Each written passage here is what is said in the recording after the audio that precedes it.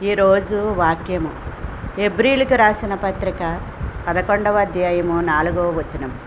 విశ్వాసమును బట్టి హేబేలు కయ్యూను కంటే శ్రేష్టమైన బలి దేవునికి అర్పించెను. విశ్వాసమును బట్టి దేవుడు అతని అర్పణలను బట్టి దేవుడు హేబేలును నీతిమంతుడుగా సాక్ష్యమిచ్చెను.